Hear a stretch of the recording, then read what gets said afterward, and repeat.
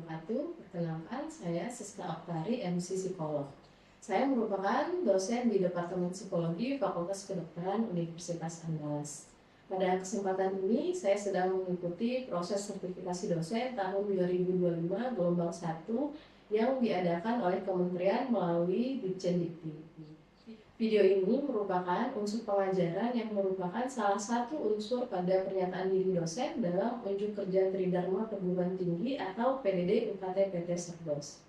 Kali ini saya akan menjelaskan salah satu mata kuliah yang saya ampu, yaitu Psikologi Konseling dengan kode mata kuliah PPS 0603. Psikologi Konseling merupakan salah satu mata kuliah wajib yang terdapat di semester ganjil, yaitu semester 5 dengan bobot yaitu 3 SKS.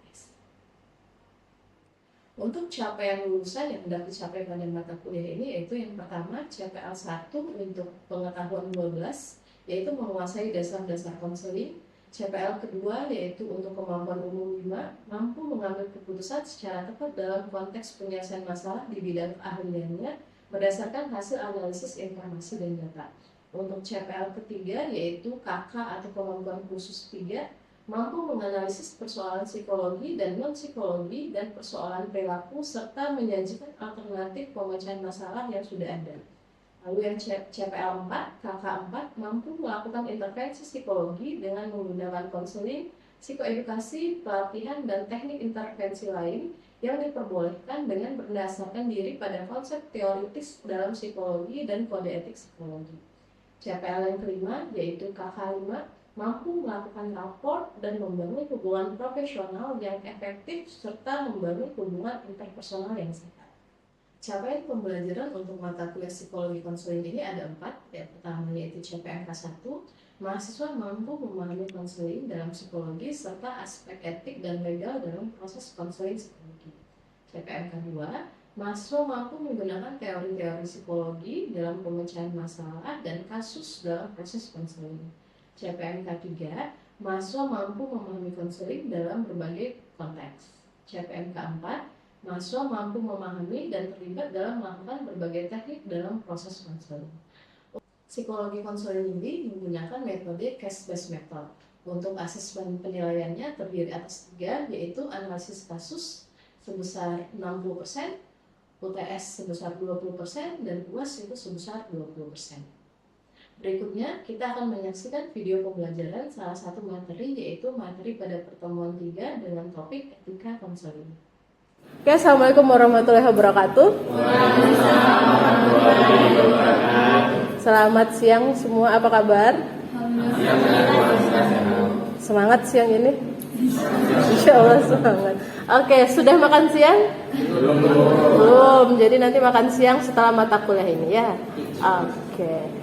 Sip, hari ini kita belajar etika konseling. Ini merupakan pertemuan kita yang kedua di mata kuliah psikologi konseling. Sebelum kita mulai, marilah kita buka dengan membaca doa terlebih dahulu menurut agama dan kepercayaan masing-masing. Berdoa dimulai. Berdoa selesai. Oke. Nah, pertemuan hari ini tujuan pembelajaran kita adalah 4 ini, yaitu pertama, teman-teman bisa memahami apa itu etika, profesional etika. Jadi ada etika, profesional etik, lalu moral, dan juga hukum. Lalu berikutnya memahami apa tujuan dan manfaat dari kode etik psikologi. Lalu yang ketiga memahami kode etik dalam ranah psikologi konseling. Dan yang terakhir itu mampu menganalisis kasus berdasarkan kode etik dalam psikologi konseling. Seperti itu. Jadi 4 ini adalah target pertemuan kita atau capaian yang harus kita capai untuk materi ini. Dapat dipahami? Oke. Nah, jadi judul pertemuan kita hari ini kan etika konseling. Ketika Ibu mengucapkan kata etika, apa yang terpikir? Ada yang berpendapat? Ya, Tara? Tata cara Tentang? melakukan sesuatu yang ada aturannya. Oke, tata cara. Oke, berikutnya Iren, silakan. Ilmu menjawab pemikiran etika itu mungkin dinilai aturan atau norma yang bisa jadi berasal dari budaya atau pendapat mayoritas masyarakat. Oke. Jadi tadi Iren mengatakan tata nilai gitu ya, terus tadi Rata juga tentang tata cara. Nah, kedua hal ini adalah betul. Jadi etika ini memang mengatur bagaimana cara kita berperilaku khususnya dalam ranah konseling. Nah ini. Nah, menurut teori kalau etika itu adalah bagian dari ilmu filsafat. Jadi induknya sebenarnya adalah ilmu filsafat yang berkaitan dengan perilaku manusia dan pengambilan keputusan moral. Jadi dia berfokus pada standar yang mengatur hubungan antar individu. Jadi bagaimana kita sama individu lain itu berhubungan itu diatur dalam yang namanya etika. Seperti itu. Nah, dalam ranah profesional kita sebagai kalian sarjana psikologi, ibu sebagai psikolog, itu ada yang namanya profesional etik atau etika profesional. Itu apa? Itu adalah keyakinan tentang perilaku dan tata tertib yang memandu praktik profesional. Jadi nanti kalian kan tamat ini kan kurikulumnya udah beda ya, udah nggak kayak dulu. Kalau dulu kan ada profesi harus S2 dulu. Kalau sekarang kan habis sarjana psikologi ngambil ke profesi untuk jadi psikolog umum. Nah nanti itu akan diatur oleh profesional etik ini atau etika profesional. Lalu berikutnya morality, yaitu melibatkan penilaian dan evaluasi tindakan berkaitan dengan baik, buruk, salah, dan yang seharusnya. Lalu yang terakhir itu hukum. Jadi secara hukum itu ada juga kita dinaungi apa sih yang benar, apa yang salah. Nah ini itu adalah kodifikasi tepat dari standar-standar pemerintahan yang ditetapkan untuk memastikan keadilan hukum dan moral. Jadi hukum ini etika yang ditetapkan oleh pemerintah sebenarnya. Jadi hukum di kita sama hukum di negara lain itu pasti berbeda tergantung dari pemerintahannya. Seperti ini. Dapat dipahami? Oke. Nah, ini adalah beberapa contoh perilaku yang tidak etis atau istilahnya adalah unethical behavior dalam proses konseling. Sebenarnya tidak hanya proses konseling saja, tapi mungkin assessment yang diterapkan juga oleh psikolog ataupun sarjana psikologi. Seperti itu. Yang pertama adalah pelanggaran kerahasiaan atau violation of confidentiality. Dalam proses konseling itu yang paling penting itu rahasia ya. Kalian kalau misalnya curhat sama teman terus dibocorin, apa perasaannya? Sakit hati ya, susah ya. Apalagi kita sebagai profesional yang memang tugasnya adalah konseling kemudian membocorkan, nah itu sangat tidak etis sekali sebagai profesional. Lalu berikutnya melebihi tingkat kompetensi profesional yang dimiliki. Misal kalau ibu kan sebagai psikolog klinis anak dan remaja.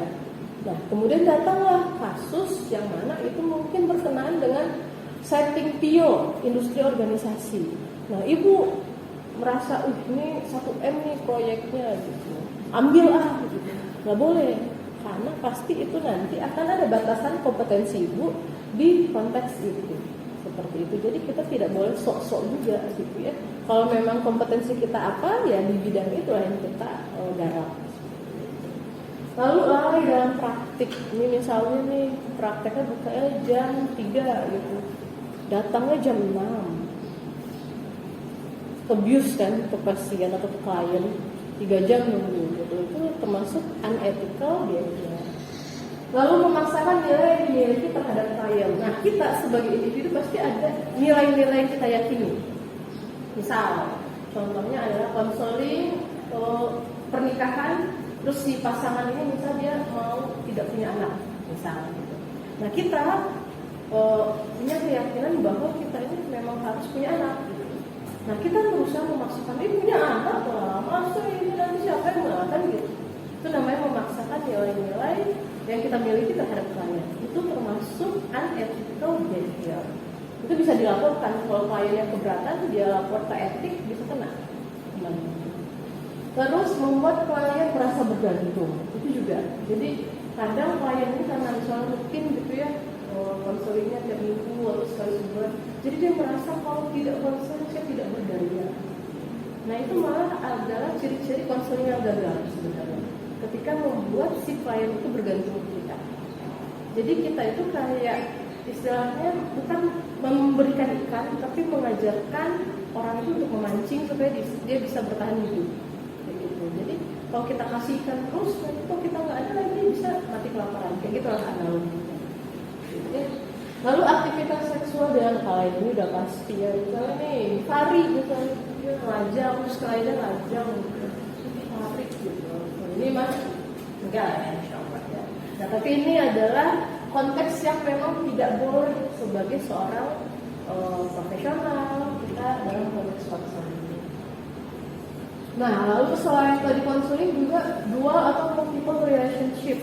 Jadi kita sama bestie kita bisa gitu, itu mau konseling lah, nggak bisa, karena nggak jelas batasan kita sebagai psikolog atau sebagai konselor sama dia sebagai teman kita dan sebagai konseling kita. Jadi kalau memang ada teman-teman ketemu bestinya pengen konseling, refer lah ke psikolog yang lain seperti itu, karena akan sulit sekali menentukan batasan kita sebagai profesional sama kita sebagai individu personal. Lalu biaya yang tidak jelas seperti menggunakan biaya yang berlebihan itu juga tidak boleh ya. Oke, berikutnya adalah biaya yang tidak jelas atau biaya yang berlebihan. Jadi kan di awal itu pasti kita ada daftar tarif. Misal konseling 90 menit sekian misalnya gitu. Nah tiba-tiba kan misalnya orangnya udah menyiapkan ke 300.000 gitu, terus tiba-tiba kena cus jadi 500.000, kan tidak etis. Tidak boleh. Lalu berikutnya iklan yang tidak pantas atau berlebihan. Jadi kalau misalnya teman-teman nanti punya biro, itu mengiklankannya kan ada batasannya. Nggak boleh tiba-tiba pasang baliho besar-besar di tengah jalan, papan reklamis gitu ya, kayak politisi misalnya caleg gitu, itu nggak boleh.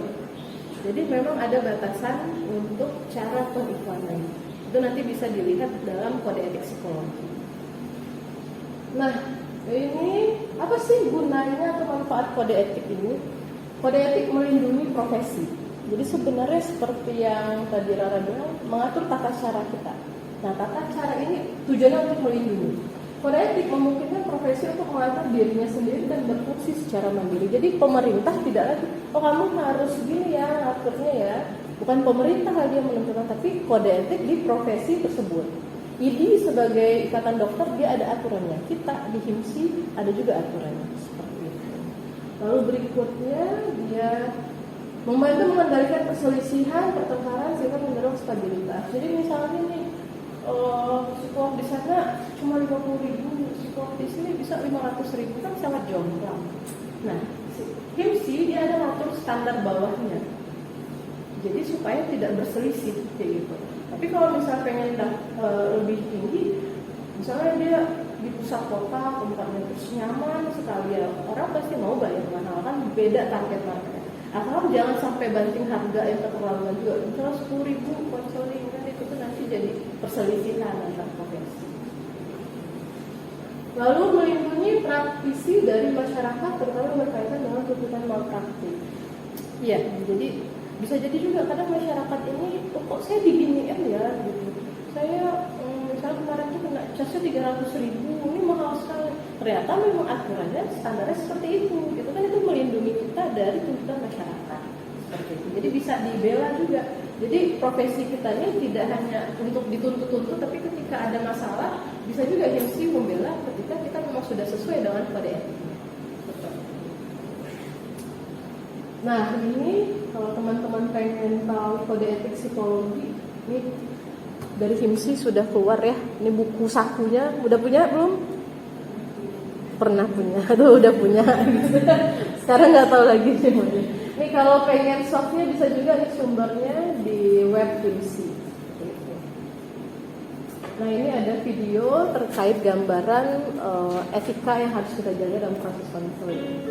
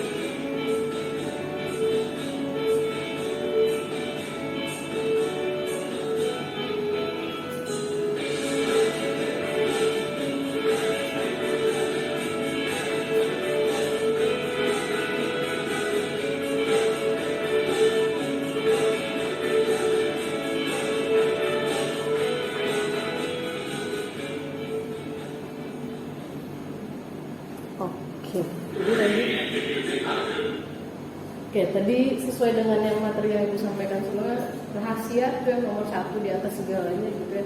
Terus jangan juga time conscious, sadar waktu banget, 90 menit, nanti kena, alhamdulillah kena tambahan fee misalnya gitu kan. Kan kalau kayak gitu juga nggak boleh. Terus habis itu jangan paksakan cara berpikir kita ke si klien. Terus tahu batasan diri kita. Dan juga physical contact juga harus dijaga sekali, karena bisa jadi kita pukul gitu ya, soalnya orientasi seksualnya kita nggak tahu gitu ya, dia merasakan hal yang berbeda.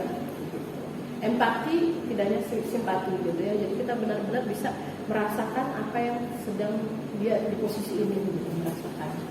Oke. Nah ini untuk referensi, teman-teman juga sudah punya ya.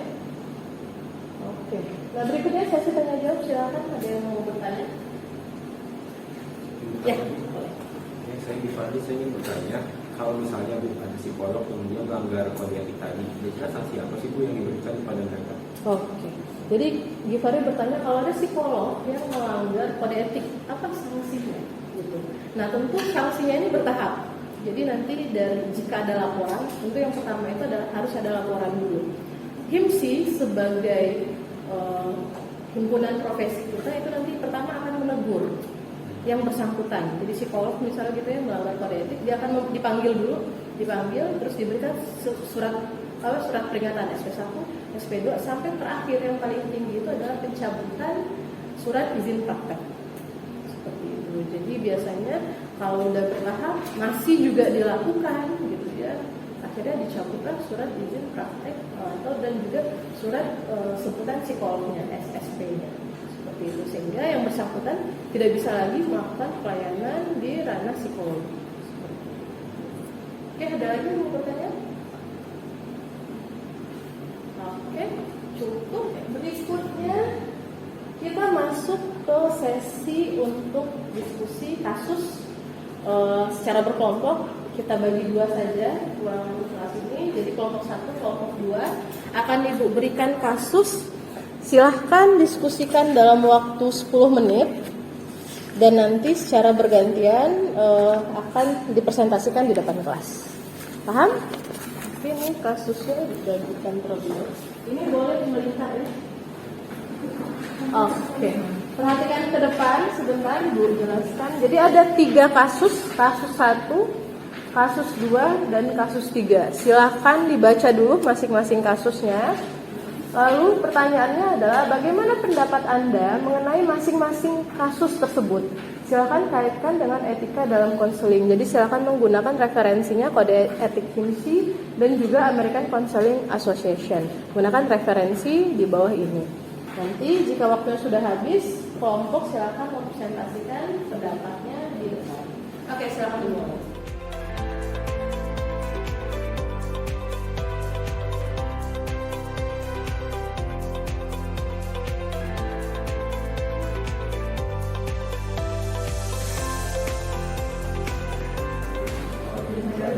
Oke, baik, waktu untuk diskusi kelompoknya sudah habis. Berikutnya silakan presentasi masing-masing kelompok.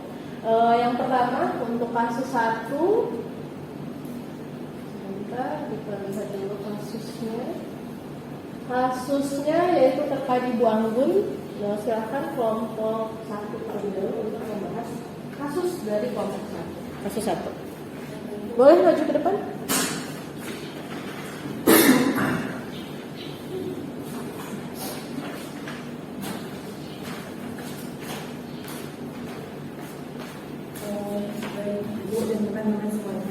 Berdasarkan diskusi dari kelompok tadi, untuk kasus 1 ini Ibu Anggun telah melanggar konseling etik, yaitu di mana dia menceritakan apa yang telah diceritakan oleh kliennya kepada pihak lain.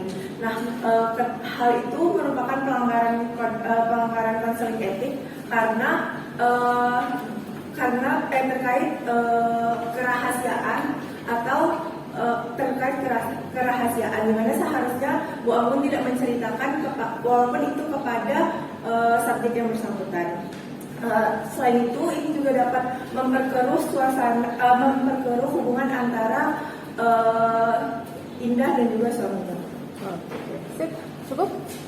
Oke, silakan duduk Irli. Berikutnya kasus kedua, silahkan kelompok 2.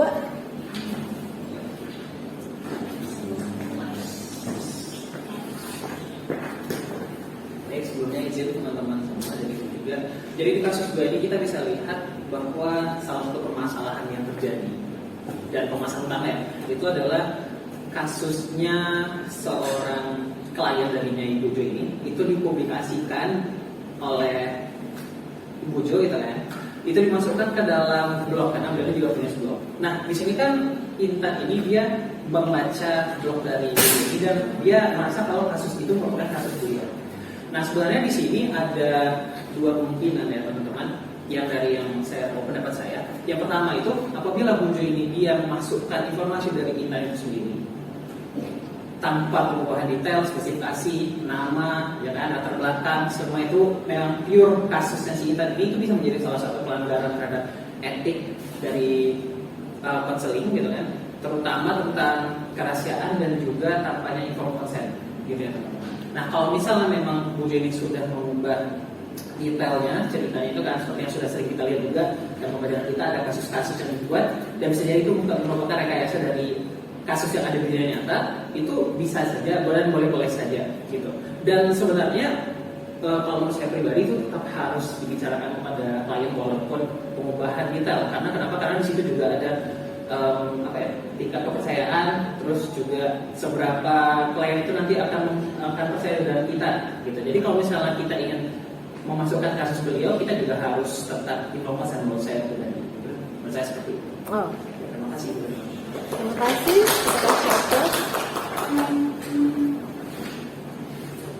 Oke, betul sekali ya. Jadi tadi teman-teman sudah melakukan analisis kasus terhadap 3 kasus. Kita bahas satu persatu. Tadi kasus 1, Ibu Anggun.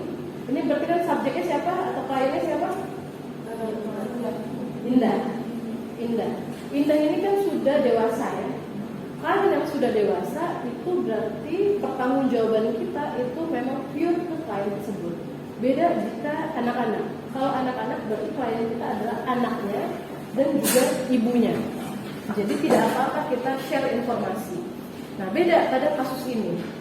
Si Indah ya betul. Indah ini sudah dewasa. Kemudian Bu Anggun mungkin dia ada pengen membantu saya ceritakan kepada suami. Nah, ternyata terus ada 2 pelanggaran sebenarnya, menceritakan ke suami sama memaksakan ya udah cerai aja. Itu kan itu memaksakan yang layangi anaknya gitu kan. Nah kan kita nggak tahu ya nanti pulang di rumah nanti sampai apa yang terjadi antara Indah sama suaminya ini. Karena informasi yang diberikan oleh Bu Anggun. Oleh karena itu sebagai psikolog, kalau nanti kalian gitu ya, harus hati-hati sekali dalam men-spill informasi. Makanya kerahasiaan itu nomor 1. Oke. Lalu di kasus yang kedua, kasusnya pendek. Betul tadi seperti yang kata Vijay, informasinya sebenarnya kurang lengkap. Di sini Bu Jo ini memang penulis gitu ya, ditambah sebagai konselor. Nah, kliennya Intan ini melihat Bu Jo itu, ini kok cerita saya ya. Mungkin dia kaget, berarti kalau kaget mungkin dia nggak tahu gitu. Mungkin itu yang harus pertama inform consent. Boleh sebenarnya ditulis karena sebagian kalian merasa itu tuh kayak rilisnya dia. Sebenarnya boleh asalkan harus ada izin. Lalu kasus yang ketiga Ibu Maya, makanya tadi ini tidak boleh dual relationship. Jadi kalau teman ya teman, kalau konseling ya konseling, proses konseling seperti itu. Tidak boleh dual relationship.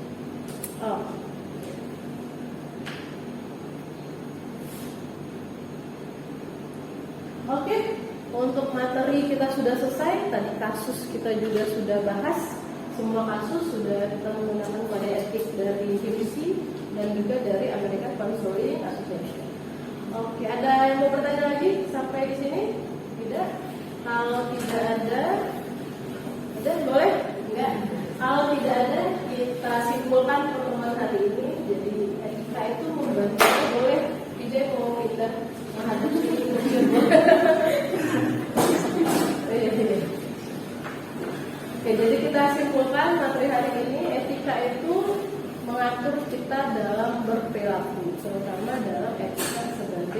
profesional.